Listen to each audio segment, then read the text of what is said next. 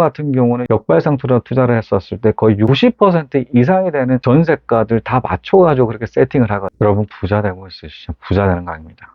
자, 대장 아파트 싸움 반드시 손해볼 수밖에 없습니다. 왜 그러냐면 우리가 부동산 투자를 하는 목적에 있기 때문이죠. 왜 부동산 투자하시나요? 가장 큰 장점이 있지 않겠습니까? 레버리지 효과 때문입니다. 자, 전세금을 이용하기 때문에 우리의 투자금들이 작게 들어가고 이 작게 들어가는 만큼 수익을 극대화시킬 수 있는 부분, 이 레버리지 효과 때문이에요. 그런데 이 대장 아파트, 이 레버리지 효과 극소화죠. 이를 한번 기사와 함께 봐보면서 같이 말씀드리도록 할게요. 자, 노원구 구로구 6억 이하 낡고 작은 아파트만 인기. 이 부분이죠. 오래된 구축 부분이 인기가 좋다라고 나와 있는 그 기사였습니다. 자, 가격대별로 수도권 아파트 매매 건수를 비교를 했는데, 자, 6억 이하 같은 경우는 어떤가요?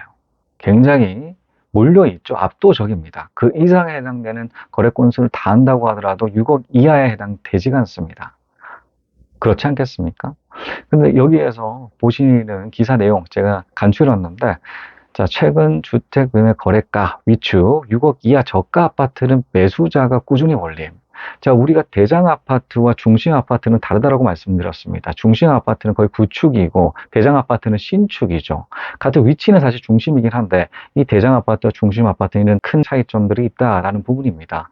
자, 6월 말까지 수도권에서 계약서를 쓴 아파트 매매 거래가 54,146건이었습니다. 6억 이하 아파트는 72% 압도적이었다라는 것이죠. 자, 서울 25개 자치구 중 올해 아파트 거래가 가장 활발했던 곳이 노원구와 구로구였습니다. 자, 6억 이하의 아파트에 몰려 있었죠.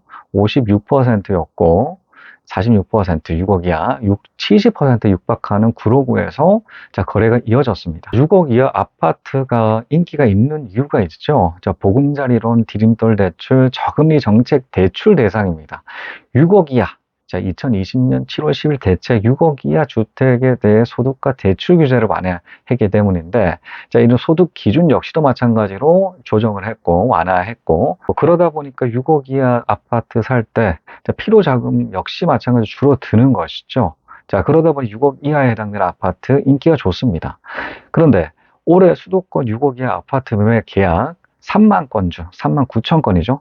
약 3만 9천 건 중 연식으로 구간별로 나누었습니다. 20년 초과, 30년 이하 같은 경우 39%, 10년에서 20년 23%, 30년 초과는 16%였고 거의 대부분 노후 아파트에 몰려있죠. 이 6억 이하에 해당되는 아파트들이 그런 아파트다라는 것입니다. 거래됐던 그 비율 같은 경우를 분석해 본다고 하더라도 노후 아파트에 몰려있다, 구축 아파트에 몰려있다라는 부분 확인해 보셨습니다.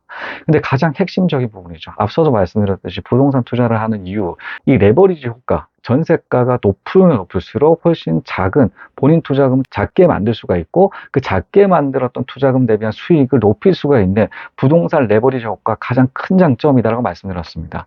이 부분, 수도권 아파트 기준으로 봤을 때 6억 이하의 아파트는 어떤가요? 전세가율 같은 경우가 62%였고, 자, 15억 같은 경우는 50%, 49%입니다. 40%대가 15억 이상에 해당되는 아파트의 전세가율이다라는 것이죠. 이 얘기가 뚜렷하지 않겠습니까? 투자금이 더 많이 들어간다라는, 전세가율이 낮으면 낮을수록 투자금은 더 많이 들어가요. 그렇죠. 자, 수도권 아파트는 그랬고, 자, 서울 아파트를 한번 봐보시죠.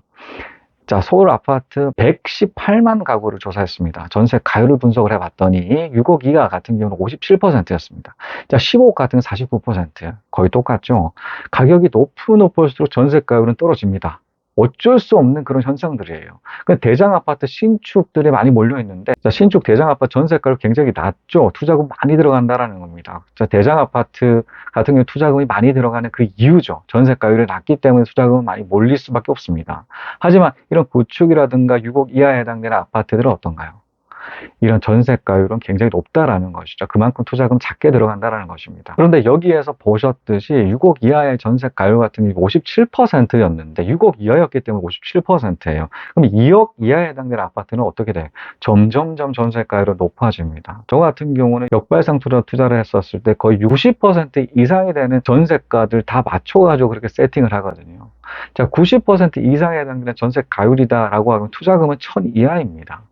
거의 100만 원에 한 채를 샀던 적도 있고, 500에 한 채, 300에 한 채. 이런 식으로 맞죠. 전세가율이 높으면 높을수록, 구축일수록 전세가율은 높거든요. 자, 이런 전세가율 높으면 높을수록 부동산 투자하는 가장 큰 장점, 레버리지 효과 극대로 가져갈 수가 있습니다. 자, 그래서 상대적인 것이죠. 자, 신축 대장 아파트 전세가율 낮기 때문에 투자금이 많이 들어갑니다. 그런 것만큼 투자금 대비한 수익이 크지 않아요. 많으면 2배입니다. 2억 투자해서 4억 벌어요. 그런데 전세가를 가장 극대로 할 수 있는 구축 아파트는 90% 이상이 됩니다. 그러다 보니 투자금 대비 20배 이상의 수익을 낼 수가 있다라는 거죠. 상대적인 부분으로 어떤 데 투자를 하느냐에 따라서 투자 수익은 굉장히 낮아지죠. 그렇지 않겠습니까? 이런 이유 때문에 손해를 느낀다라는 거죠. 예를 들어서 파킹 통장 아시죠? 그냥 넣어놓기만 하더라도 이자가 발생을 하는 것이죠. 그런데 파킹 통장, A라는 파킹 통장 같은 경우는 8%대 파킹 통장 수익률인데 어떤 통장은 1%예요. 정보의 부재로서 1%에 넣어놓고 있는 것과 마찬가지입니다. 지금 8%가 존재하는 상황임에도 정보 부재 때문에 손해를 본다라는 것이죠. 이와 마찬가지입니다.